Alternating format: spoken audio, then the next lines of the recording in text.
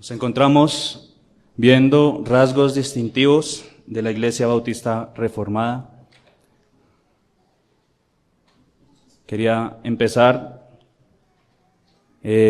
haciendo notar una realidad que pasa hoy en nuestros días. No sé si soy el único, pero por lo general cuando usted dice que es cristiano, en los círculos familiares, en universidades o en la sociedad, las personas creen de su cristianismo algo completamente diferente a lo que nosotros creemos, ¿no?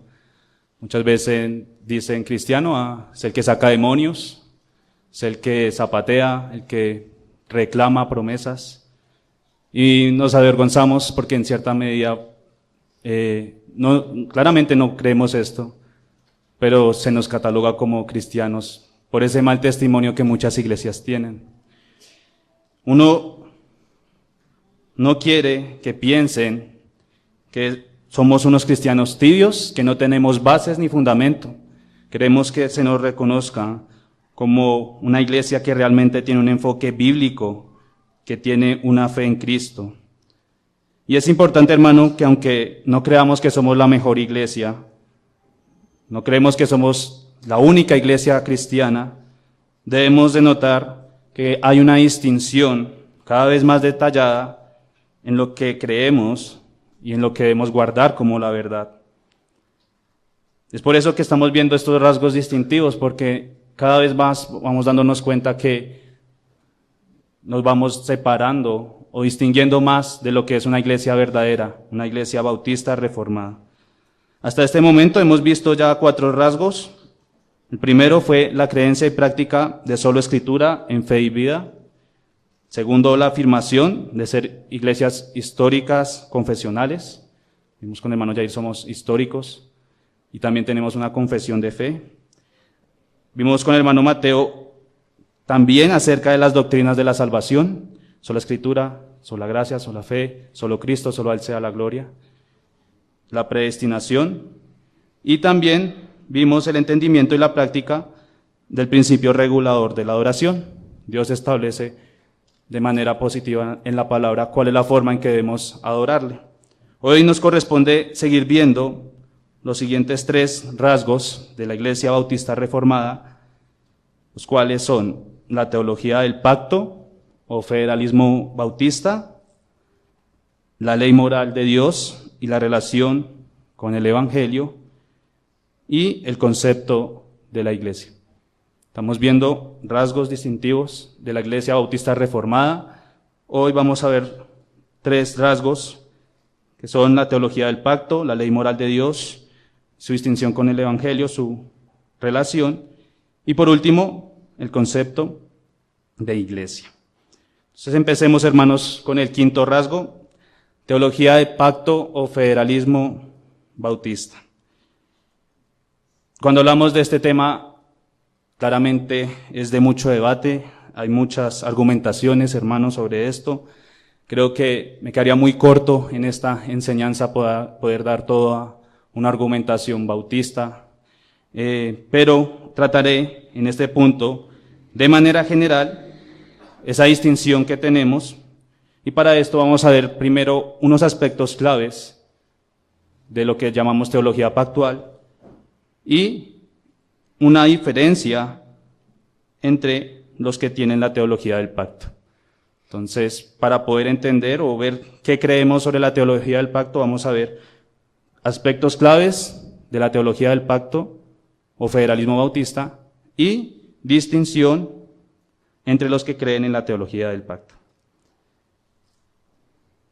Bien, entonces, aspectos claves. Primer aspecto clave cuando hablamos de teología del pacto es que usted debe saber qué es un pacto, ¿sí? Si decimos teología del pacto, vamos a ver qué es un pacto.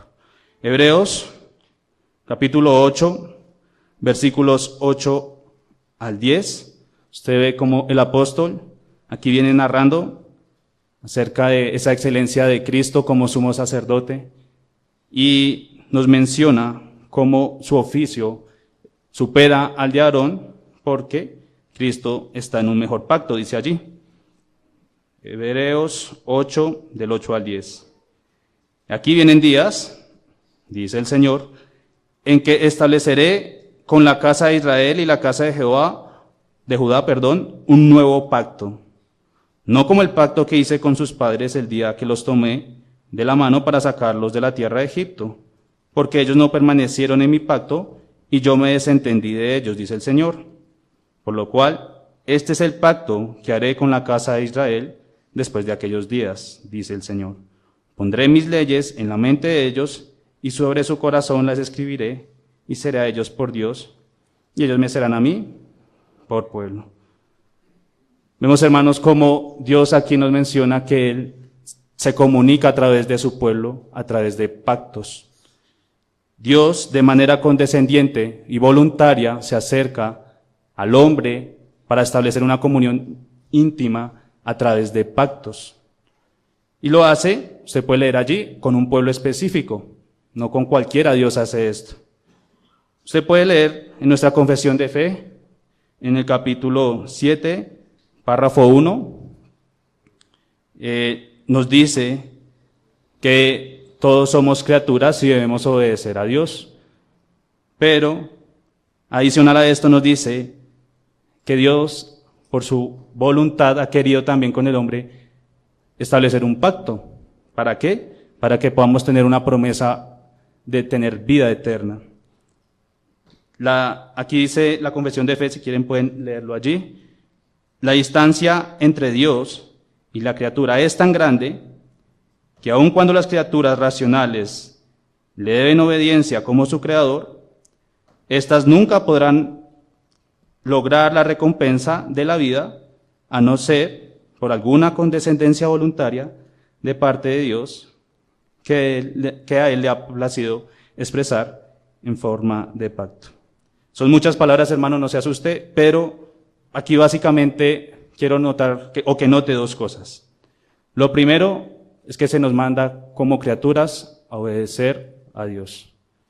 Todos nosotros tenemos un mandato, tanto niños, los bebés, jóvenes, adultos, todos debemos obedecer a Dios. ¿Por qué debemos obedecer a Dios? Bien, porque somos criaturas de Él. Solo por el hecho de que somos criaturas ya debemos obedecerle. Dios en el hombre implantó una imagen, implantó su imagen en nosotros. Esa imagen es lo que conocemos como la ley natural, o la conciencia también le dicen algunos. Usted sabe que es bueno o algo malo porque su conciencia le acusa, ¿no? Dice la Biblia. Dios en nosotros puso una conciencia, una ley moral que hace que queramos obedecerle.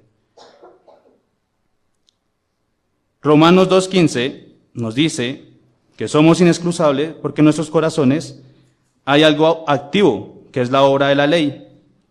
Es decir, no dice usted tiene la ley en su corazón, sino que hay algo que se llama la obra de la ley en su corazón que le acusa de pecado. Y es por eso que los niños se esconden cuando pecan, porque tienen la culpa, su conciencia les remuerde y dicen, he hecho pecado, he cometido algún pecado. Por esa ley debemos obedecer como criaturas. Pero eso no significa que como debemos obedecer, ya estamos dentro de un pacto con Dios.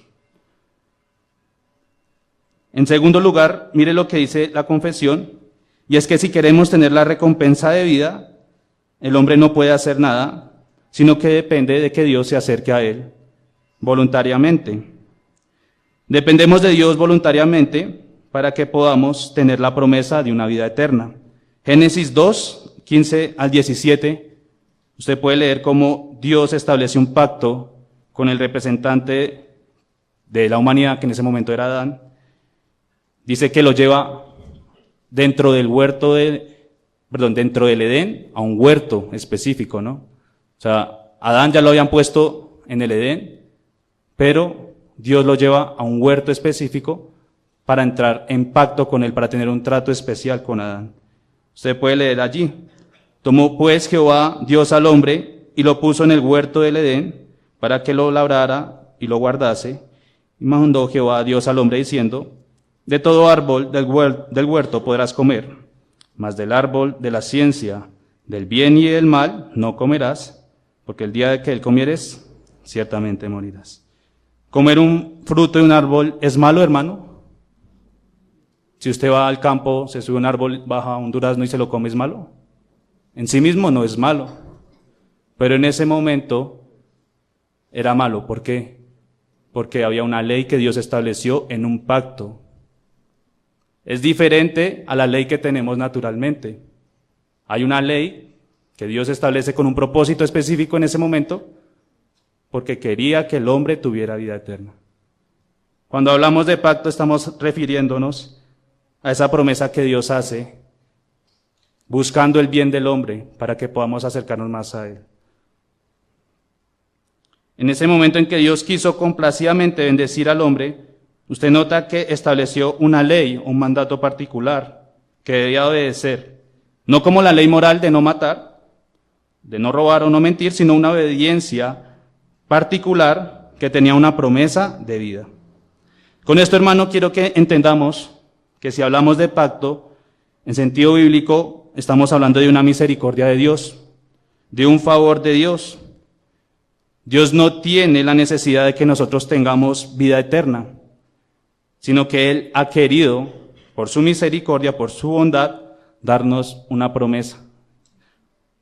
Entonces, hermano, con esta consideración, y siendo muy concreto, si quisiéramos dar de pronto una definición de lo que es pacto, decimos que es una promesa juramentada de Dios con términos, porque Dios estableció allí unos términos, el hombre debía obedecer una ley. También tiene castigos y recompensas. El castigo era la muerte, la recompensa era que viviría eternamente, dadas hacia el hombre. Entonces, un pacto es una promesa juramentada de Dios con términos, castigos y recompensas hacia el hombre. Bien, entendiendo entonces qué es pacto, en manera general, vamos a ver el significado de teología del pacto. Hemos visto qué es pacto, ahora vamos a ver qué quiere decir eso de teología del pacto.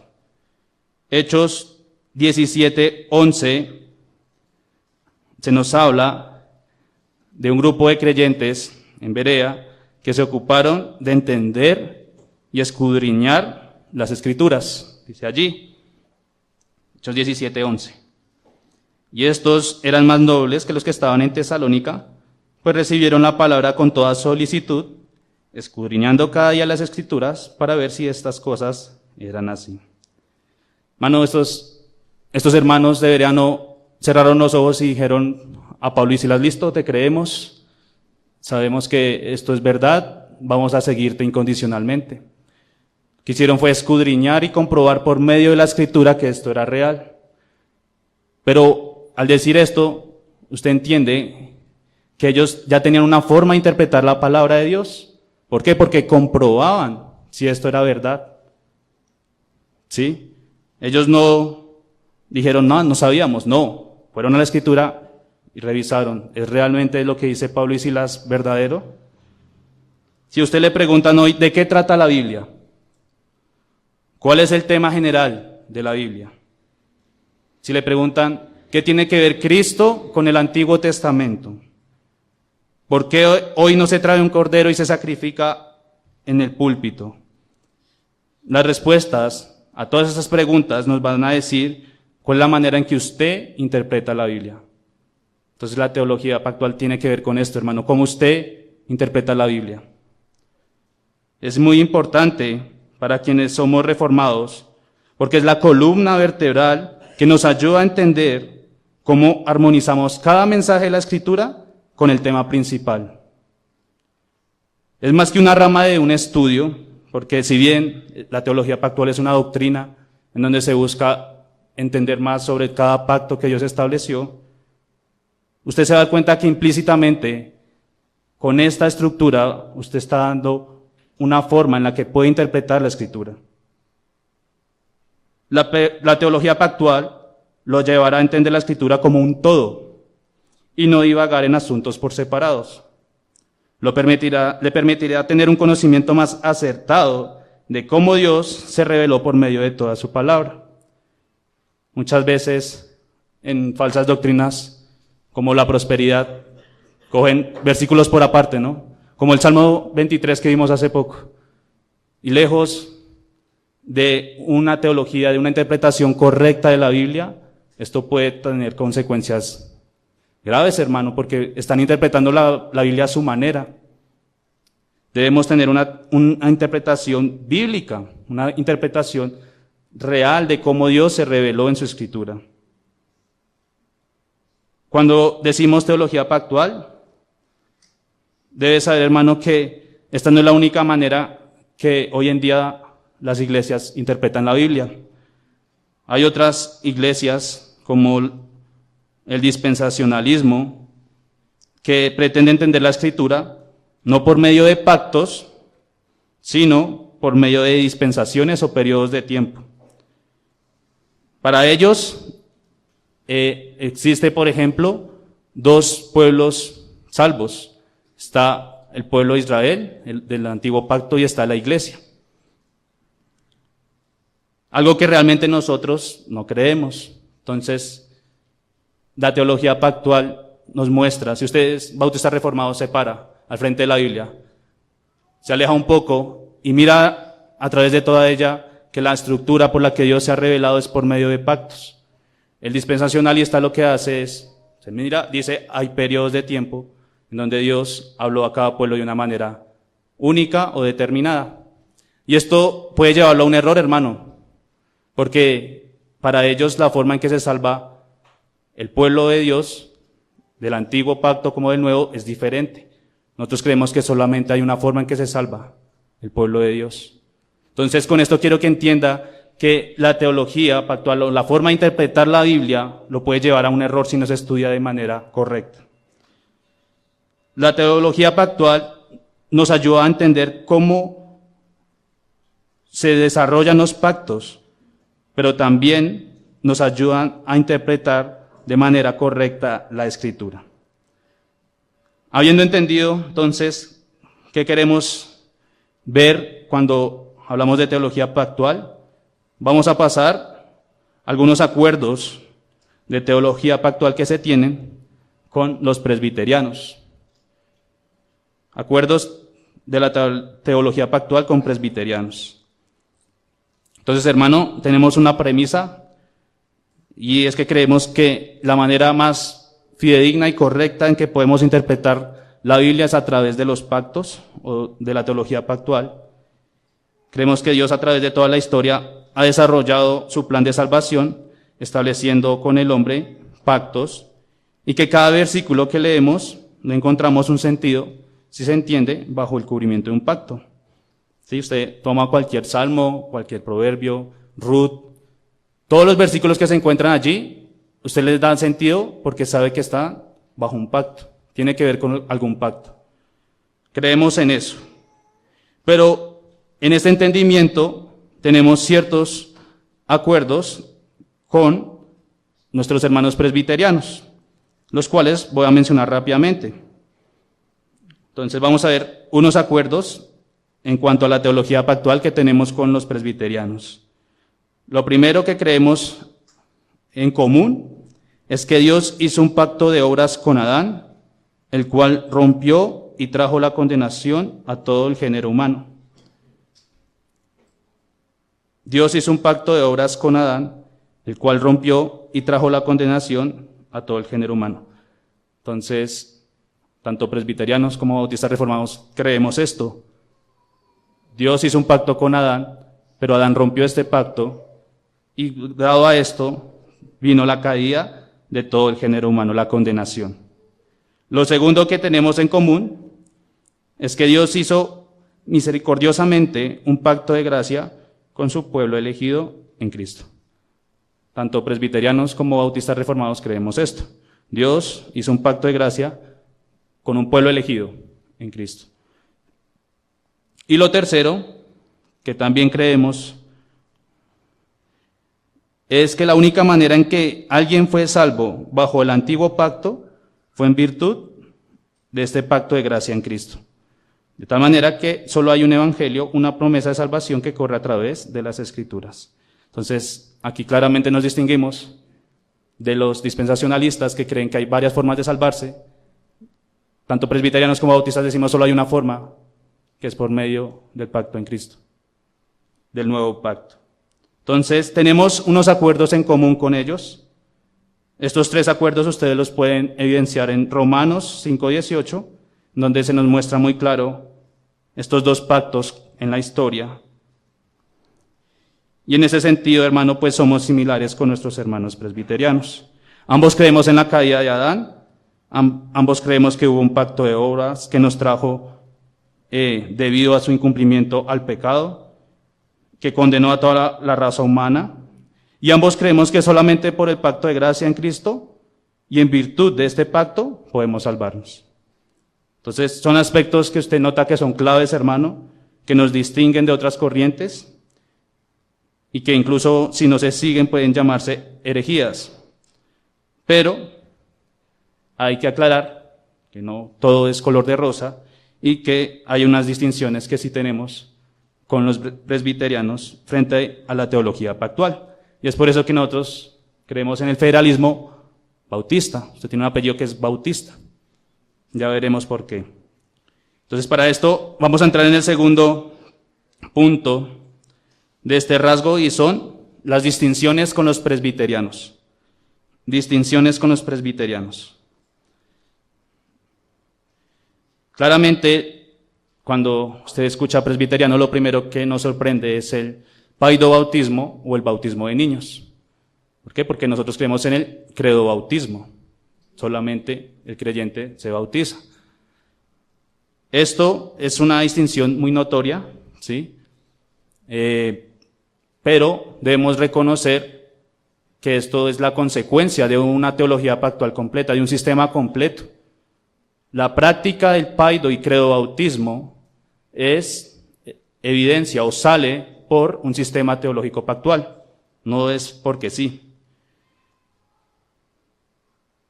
Dado el tiempo, mencionaré únicamente la principal distinción que tenemos con respecto a los presbiterianos y es frente a la interpretación de quiénes son miembros del pacto o del nuevo pacto. Entonces, dentro de las distinciones hay bastante dentro de la teología, hermanos, pero buscaré enfocarme en esto que tiene que ver con la interpretación de los que son miembros del pacto.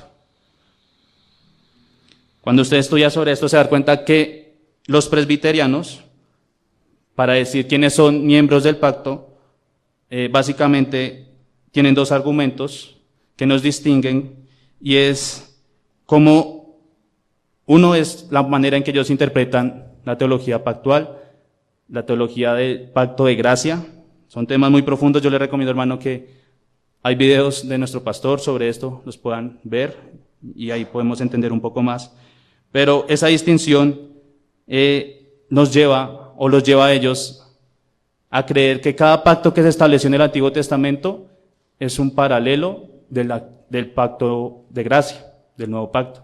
Entonces allí donde usted ve que estos hermanos intentan acomodar cada ordenanza del antiguo pacto, equiparándola o comparándola con la del nuevo pacto. Entonces, en eso hay un punto que nos distingue, pero hay otro, y es que tiene que ver con quienes hacen parte del nuevo pacto. Entonces, hay un punto que tiene que ver cómo se aplican las ordenanzas de un pacto, y hay otro punto que es quiénes hacen parte del nuevo pacto. Frente a esto es lo que quiero que revisemos, quiénes hacen parte del nuevo pacto. Gálatas 3 nos viene hablando el apóstol sobre aquel pacto que estableció Dios con Abraham, en donde podemos ver cómo daría su promesa no solo a él, sino a su descendencia. Es un capítulo que utilizan mucho ellos. En Génesis 17, 9 al 14, usted puede ver que Dios estableció un pacto con Abraham y allí dice, tú y tu simiente. Entonces, ¿qué dicen los presbiterianos? Cuando dice tú y tu simiente, está diciendo que tu simiente va a entrar dentro del pacto. ¿Qué creemos nosotros? Bueno, vamos a mirarlo. En el versículo 16, usted puede ver, de Gálatas 3, 16, cómo se nos dice que la simiente verdadera sobre la cual es hecha la promesa es Cristo. Dice, los descendientes físicos fueron incluidos en el antiguo pacto, no porque todos son hijos de la promesa, sino porque Dios estaba preservando la línea de la promesa hasta que Cristo, la simiente verdadera, viniera. Entonces nosotros creemos, hermanos, que esa simiente que estaba guardando Dios, ese linaje lo estaba guardando para que pudiera venir Cristo. Esa es la razón por la que nosotros creemos que en ese tiempo los hijos hacían parte de esa promesa. ¿Por qué? Porque de ellos vendría Cristo. Usted puede leer allí, dice, ahora bien, a Abraham fueron hechas las promesas y a su simiente. No dice y a las simientes como si hablase de muchos, sino como uno, y a tu simiente, la cual es Cristo. Ya que Cristo vino, ya no hay ninguna razón para preservar esta línea física, hermano. No estamos sacando a los niños del pacto, simplemente hacemos la distinción que se hace en esta promesa, y es que se hace sobre la descendencia para que Cristo viniera. Gálatas 3:7 nos dice que los que son de la fe, estos son hijos de Abraham. Por eso es que creemos que solo aquellos que creen en Jesús son hijos de Abraham. Son verdaderos israelitas, miembros del nuevo pacto y de la iglesia del Señor Jesús. Por principio, hermano, hemos aprendido que la mejor manera de entender la Biblia es partiendo de donde hay más luz a menos luz. Y es que cuando llegó Cristo, el Nuevo Testamento nos habla claramente de ese nuevo pacto que se estableció, y debemos interpretarlo a través de ese nuevo pacto hacia atrás, no al contrario. Teniendo la revelación completa de Cristo y la institución del pacto de gracia con Él, partimos de esta revelación para entender el Antiguo Testamento. Tanto en el Antiguo como en el Nuevo Testamento usted puede ver que se revela un pacto solamente para creyentes. Estos creyentes los consideramos que son perdonados de sus pecados y tienen la ley de Dios escrita en sus corazones, como lo leímos en Hebreos 8:10. Es por eso, hermanos, que no bautizamos solamente quienes hayan creído en que bautizamos solamente a los que han creído en el Señor Jesús. No bautizamos a nadie con la esperanza de que alguna vez se convierta, sino que la Biblia nos es clara y es que bautizamos a aquellos que son hijos de Dios, que hacen parte de Dios, del pueblo de Dios, que creemos que hacen parte del pueblo de Dios y se confiesan creyentes. Por esa misma causa no damos ni bautizamos, no damos la cena al Señor, del Señor a quienes no han creído, ni bautizamos a personas que no han profesado su fe mediante un bautismo por inmersión. Bien, una breve conclusión de este rasgo, hermano, es que cada uno de nosotros debe entender que no es un tema menor. La manera en que interpretamos la Escritura es muy importante. Deberíamos interesarnos cada uno de nosotros por respondernos esas preguntas que son muy difíciles. No crea que porque es difícil el Señor no nos ha dado la capacidad de entenderlas. Muchas veces nos negamos a ciertas verdades por el hecho de que no queremos discutir con alguna persona o porque no queremos tener alguna contienda con otras iglesias. Pero el propósito de andar en un estudio profundo no es el de tener argumentos para combatir.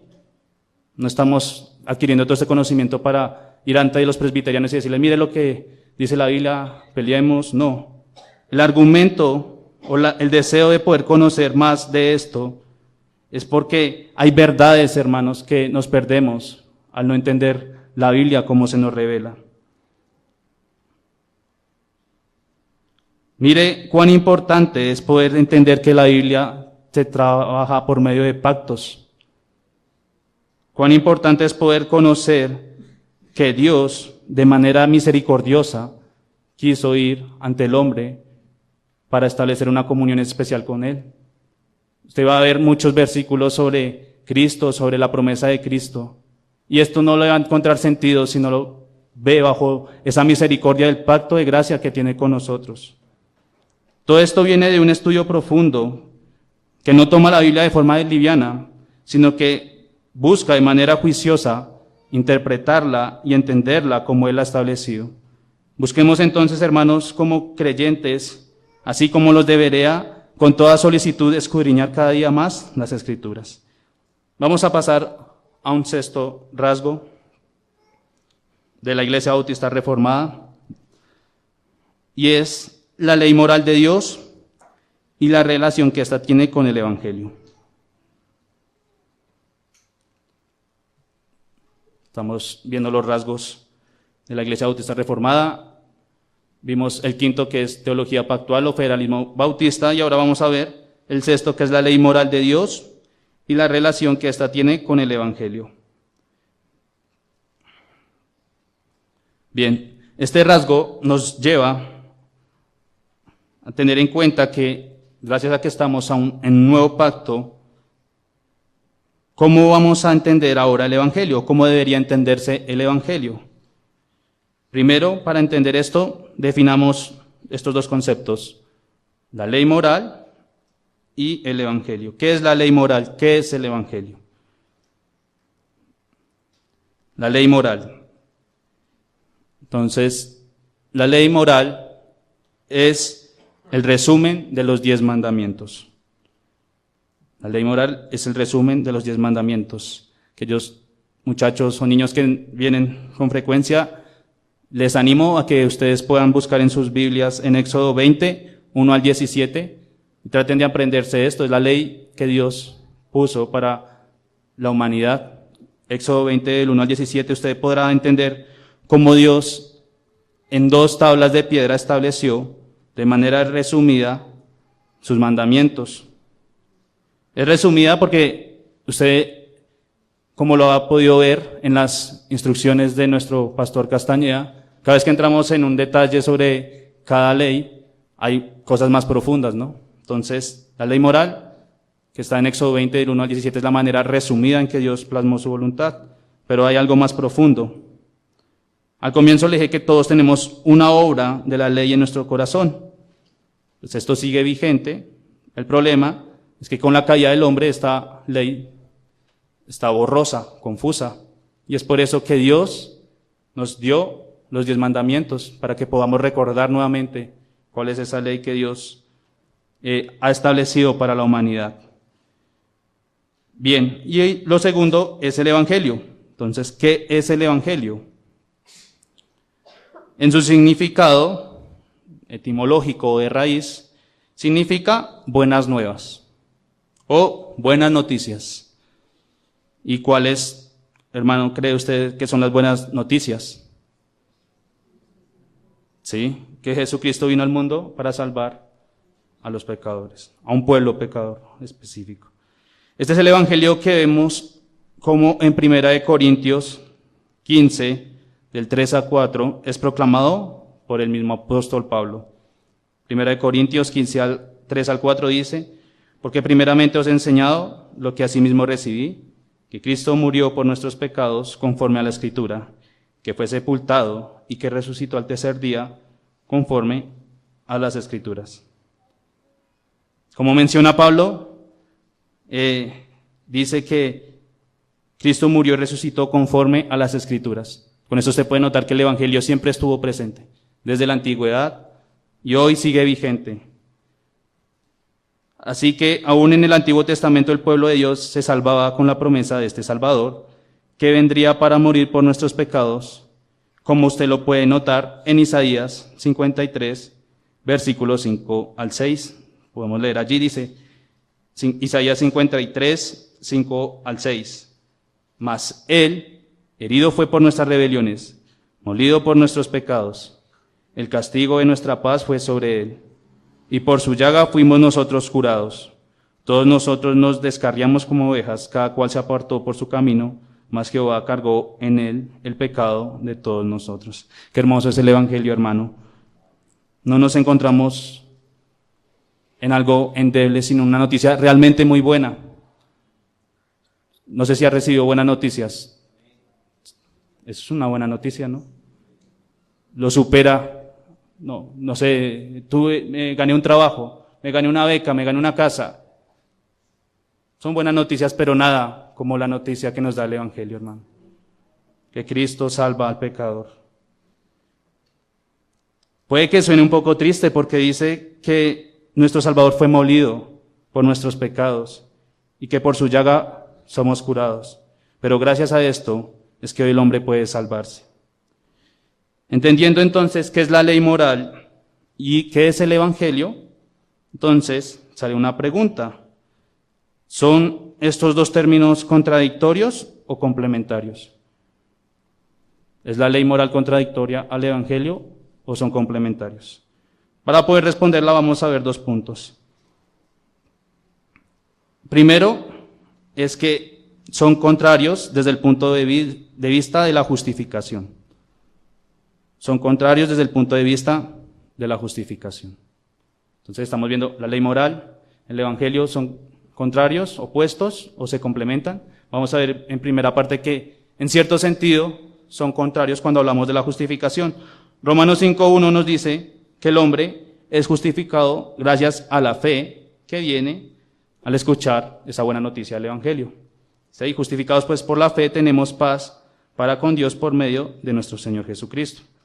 Entonces, con esto afirmamos que no somos salvos por nuestras propias obras, por nuestros méritos, que no creemos que somos justificados por la ley moral, no por cumplirla totalmente o parcialmente como cree el arminiano, sino que únicamente somos justificados por la fe en Jesucristo y su obra en la cruz. Entonces, en este sentido, sí hay una diferencia entre la ley y el Evangelio. Porque si nos preguntamos, ¿cómo el hombre puede justificarse delante de Dios? Nuestra respuesta debe ser necesariamente, solamente por la fe al recibir la promesa de Cristo. Por nada más, no hay nada que podamos hacer o cumplir para ser considerados como justos. La única manera es creer en aquel que vivió como justo y murió como justo. Por Mateo 5, 17 al 18, usted puede entender con más detalle de qué trata el Evangelio, el cual es la buena noticia de que Jesús también guardó la ley para nuestra justificación, viviendo en obediencia perfecta para ganar la bendición de la vida. Dice ahí, no penséis que he venido para abrogar la ley o los profetas, no he venido para abrogar, sino para cumplir. Porque de cierto os digo que hasta que pase el cielo y la tierra, ni una jota, ni una tilde pasará de la ley, hasta que todo se haya cumplido. En la justificación, aunque el hombre no pueda decir que es justo por obedecer la ley, el creer en Jesucristo le es imputado sobre su obediencia perfecta. Cristo es el único que ha podido cumplir la ley completamente. Dice que no pasará ni una tilde, una jota, desde que Él llegó a este mundo. ¿Por qué? Porque Él la obedeció completamente. Para que el hombre pueda ser visto justo delante de Dios, tiene que tener sobre sí la obra de obediencia perfecta de Cristo. Él es el único que fue capaz de cumplir una tilde de toda la ley.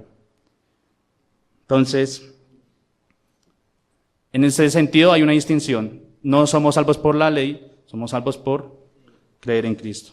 Ahora muchos dirán, si Cristo ya cumplió la ley y la obedeció de manera perfecta, ¿para qué sirve entonces la ley moral? ¿Para qué obedecer la ley moral? Entonces, para esto, vemos el segundo punto, y es que sí hay una relación entre la ley moral y el Evangelio. Hay una relación entre la ley moral y el Evangelio. Como bautistas reformados, creemos que esta ley moral de Dios sigue vigente y debemos obedecerla. Muchos piensan que al decir que cuando el pacto de gracia se estableció en Cristo, gracias a esa obediencia de ley, ya no debemos obedecer más y desechar todo lo que el Antiguo Testamento dice. Pero esto es un error, hermanos, es un extremo muy opuesto a lo que creemos. ¿Por qué? Bueno, primero, porque Romanos 3:20 nos dice que la manera en que usted puede entender que es pecador es por medio de la ley. O sea que el entendimiento correcto de la ley nos muestra que necesitamos a Cristo. Dice Romanos 3:20, ya que por las obras de la ley ningún ser humano será justificado delante de él, porque por medio de la ley es el conocimiento del pecado. No podemos desechar la ley porque por él, la ley, conocemos qué es pecado.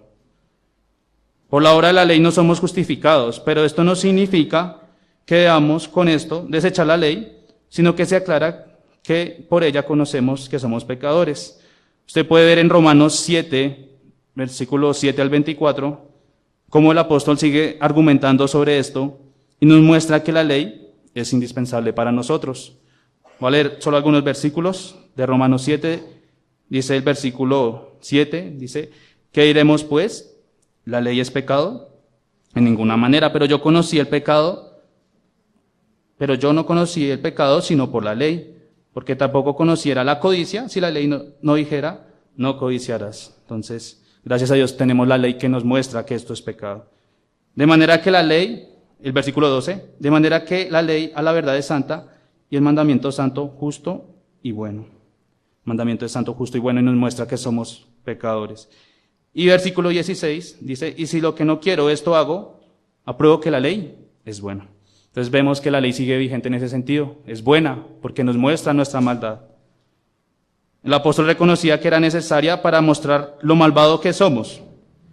Generalmente pasa que nos creemos justos y buenos, pero cuando empezamos a confrontarnos con ese espejo de la ley, nos pasa como el joven rico, que no pasó ni siquiera el primer mandamiento. Y es que el evangelio es efectivo cuando justamente un hombre se da cuenta de la incapacidad que tenemos de cumplir la ley. Cuando usted reconoce que no hay una forma en que podamos obedecerla, nos sale frases como las que dice el versículo 24. Dice allí, miserable de mí, ¿quién me librará de este cuerpo de muerte? Gracias doy a Dios por Jesucristo, Señor nuestro. Entonces aquí vemos que la ley no contradice el evangelio, sino que antes nos arroja a Cristo. Usted ve la ley y dice, codiciarás. No, yo codicio. ¿Qué lo lleva a esto? A decir, miserable de mí, no puedo hacerlo. Busco a Cristo. Son complementarias en ese sentido. Pero también debemos decir que la ley moral sigue vigente en el sentido en que si no la obedecemos somos reos de muerte o pecadores. Entonces vemos en la Confesión de Fe, capítulo 19, párrafo 5, que nos dice, la ley moral obliga para siempre a todos, tanto a los justificados como a los demás, a que se le obedezca. Y esto no solo en consideración a su contenido, sino también con respecto a la autoridad de Dios, el Creador, quien la dio. Tampoco Cristo en el Evangelio en ninguna manera cancela esta obligación, sino que refuerza considerablemente. La ley moral no caducó con la llegada de Cristo. Usted puede leer cómo incluso Jesucristo en Mateo 19:17 le dice al joven rico que debía guardar los mandamientos. O sea, debes guardar los mandamientos. Todos los seres humanos estamos obligados a cumplirla. Sabemos que los que creemos en Jesucristo somos justificados por la obediencia de Cristo. Pero los que no creen en Jesucristo son condenados por no cumplir la ley. Como dice Santiago 2:10, porque cualquiera que guardare toda la ley, pero ofendiere en un punto, se hace culpable de todos. Entonces la ley sigue vigente en ese sentido, porque el que no cree en Cristo es culpable. ¿Por qué? Porque no cumple los mandamientos. Y otro tercer asunto del por qué decimos que la ley sigue vigente es que es un instrumento de santificación en la vida del creyente. La ley es un instrumento de santificación en la vida del creyente. Tito 2:14 nos muestra que el evangelio también es la buena noticia de que Cristo promete darnos el Espíritu Santo a su pueblo para morir a nuestra iniquidad y para que podamos ser más apegados a la ley. Tito 2:14 dice, quien se dio a sí mismo por nosotros para redimirnos de toda iniquidad y purificar para sí un pueblo propio, celoso de buenas obras.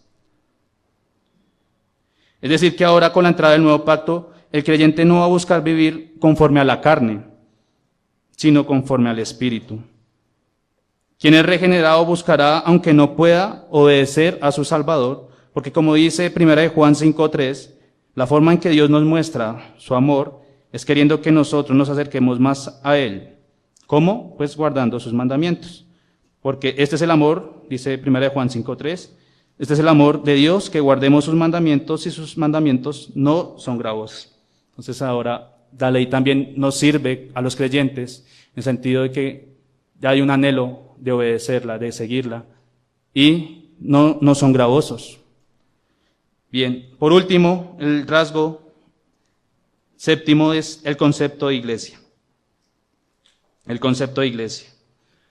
Como vimos al iniciar estas enseñanzas, tenemos el deber de ser parte de una iglesia local. Hebreos 10, 24 al 25 nos muestra cómo el deber un creyente buscar congregarse con sus hermanos y estimularse con ellos, dice allí. Y considerémonos unos a otros para estimularnos al amor y a las buenas obras, no dejando de congregarnos como algunos tienen por costumbre, sino exhortándonos, y tanto más cuanto veis que aquel día se acerca. El ser parte de una iglesia local lo motiva a usted a acercarse a un creyente, a los creyentes. Pero el apóstol aquí está diciendo, no dejen de congregarse, o sea, asume que deben congregarse. Es necesario que el creyente haga parte de una iglesia. Y esto aleja ese pensamiento individualista que hoy en día se tiene, de querer solamente tener una experiencia única con el Salvador, con el Señor, apartados de todos, olvidando que todos nosotros, los creyentes, hacemos parte de un cuerpo y que estamos llamados juntos a que nos santifiquemos como la esposa del Señor que somos. Vamos en este rasgo a ver 4 aspectos de manera muy rápida de lo que es una iglesia bautista reformada. 4 aspectos a tener en cuenta de una iglesia bautista reformada. Claramente de esto hay muchos más aspectos, pero veremos los principales o distintos. El primero de ellos es que una iglesia bautista reformada tiene un gobierno a través de pastores o ancianos varones. Una iglesia bautista reformada tiene gobierno a través de pastores o ancianos varones. La iglesia, en conformidad con la Escritura, tiene a Cristo como su cabeza, pero está dirigida la iglesia por ancianos o pastores según el espíritu que otorga a cada iglesia particular. Usted puede ver, por ejemplo, en Hebreos 13, 17, cómo se entiende que la primera iglesia reconocía a los pastores como una figura de autoridad. Hebreos 13, 17 dice, obedeced a vuestros pastores y sujetaos a ellos, porque ellos velan por vuestras almas, como quienes han de dar cuenta, para que hagan con alegría y no quejándose, porque esto no es provechoso. Entonces hay una delegación especial de Dios hacia los pastores, para que gobiernen la iglesia. Y dice que ellos tienen que dar cuenta por las almas de su iglesia. Los únicos oficiales en la iglesia reconocidos es los que usted puede leer en 1 Timoteo 3, que son los ancianos y los diáconos. Los ancianos, obispos o pastores, son términos similares, anciano, obispo, pastor es lo mismo, tienen el don especial de la enseñanza. Como dice Timoteo 3:2, en la última parte dice que tienen que ser aptos para enseñar. Entonces creemos que aunque hayan maestros en la congregación, no todo maestro es pastor, pero el pastor sí debe ser apto para enseñar. También creemos, un bautista reformado cree en la pluralidad de pastores. Hechos 14:23 nos muestra cómo la iglesia reconoció no solo un pastor, sino que varios, dice allí, y constituyeron ancianos en cada iglesia. Todos los ancianos, pastores, tienen también, de alguna manera, el mismo cargo, supervisión y administración en la congregación. No hay jerarquía entre ellos, sino hay diferencia de dones. Bien, también, aunque los diáconos son reconocidos en la congregación, sabemos que están bajo la supervisión de los ancianos y ellos colaboran para que puedan dedicarse a la oración y al ministerio de la palabra. ¿Por qué nació el ministerio del diaconado? Bueno, usted puede ver cómo en los tiempos de la primera iglesia habían viudas que estaban siendo olvidadas y pues los ministros no podrían encargarse porque pues dejaban la palabra. Entonces fueron reconocidos varones para tomar este oficio de diaconal. Pero este no es gobernante, es un apoyo a la palabra. En todo esto hablamos de varones. Estos oficios fueron desempeñados por oficiales reconocidos como varones. Varones deberían ser. Y esto no tiene que ver con una supuesta inferioridad o una incompetencia que la mujer tenga, sino que tiene que ver con el orden en que Dios estableció para la creación y que nos ha mostrado por medio de las Escrituras. Les recomiendo igualmente a mis hermanas, si pueden ver algunos videos que el pastor ya elaboró sobre cuál es el rol o cuáles son sus oficios dentro de la iglesia, muy buenos para que no entren en conflicto con esto. Segundo, la membresía regenerada. Entonces creemos que solo los convertidos, como ya lo vimos, deben ser bautizados y que la membresía solo la componen quienes son convertidos. Claro, si hay niños, nosotros no estamos diciendo que los niños no puedan bautizarse. No, me mira así, no estoy diciendo los bebés, sino los niños. Hay niños en épocas, por ejemplo, donde el evangelio llegó con poder, en donde niños realmente hacían profesiones de fe sinceras. Entonces, no estamos negando que si un niño tiene una profesión de fe sincera, pueda bautizarse y ser parte del pueblo de Dios. Estamos negando es frente al paidobautismo, frente al bautismo de bebés. Pero recalcar que únicamente los creyentes son los que consideramos hacen parte del pueblo de Dios. El miembro de la iglesia está sujeto a privilegios y responsabilidades al ser parte de ella. Creemos que la membresía puede ser revocada si el miembro insiste en vivir desordenadamente o ya no cumple con responsabilidades de ser miembro de la iglesia local. Entonces, si usted es parte de la iglesia local, debe saber que no por esto ya es salvo y que ya no lo pueden tocar, sino que tiene que vivir conforme a las ordenanzas que se nos establecen. Y si no lo hace, pues va a acarrear consecuencias, ¿no? Tercero, el evangelismo. Decimos que actuamos en obediencia a las Escrituras al presentar delante de todo hombre el evangelio gratuito de Dios. Seguimos creyendo que aunque sabemos que Dios eligió a un pueblo desde la eternidad, aún es necesario que todos los hombres crean y que todos los hombres conozcan a Cristo. El evangelismo sigue vigente. No quiere decir porque sabemos de la doctrina de elección, no vamos a predicar que se arrepientan. Creemos que debemos predicar, se nos dio una gran comisión, ir y hacer discípulos a todas las naciones bautizándolos en nombre del Padre, del Hijo y del Espíritu Santo. Entonces, no negamos esto, que tanto el evangelismo como la doctrina de elección son verdaderas y por tanto seguimos predicando a Cristo sin temor. Y por último, en cuanto a la relación con otras iglesias, creemos que cada iglesia es independiente en cuanto a su autoridad propia. Las iglesias son entidades independientes y autónomas.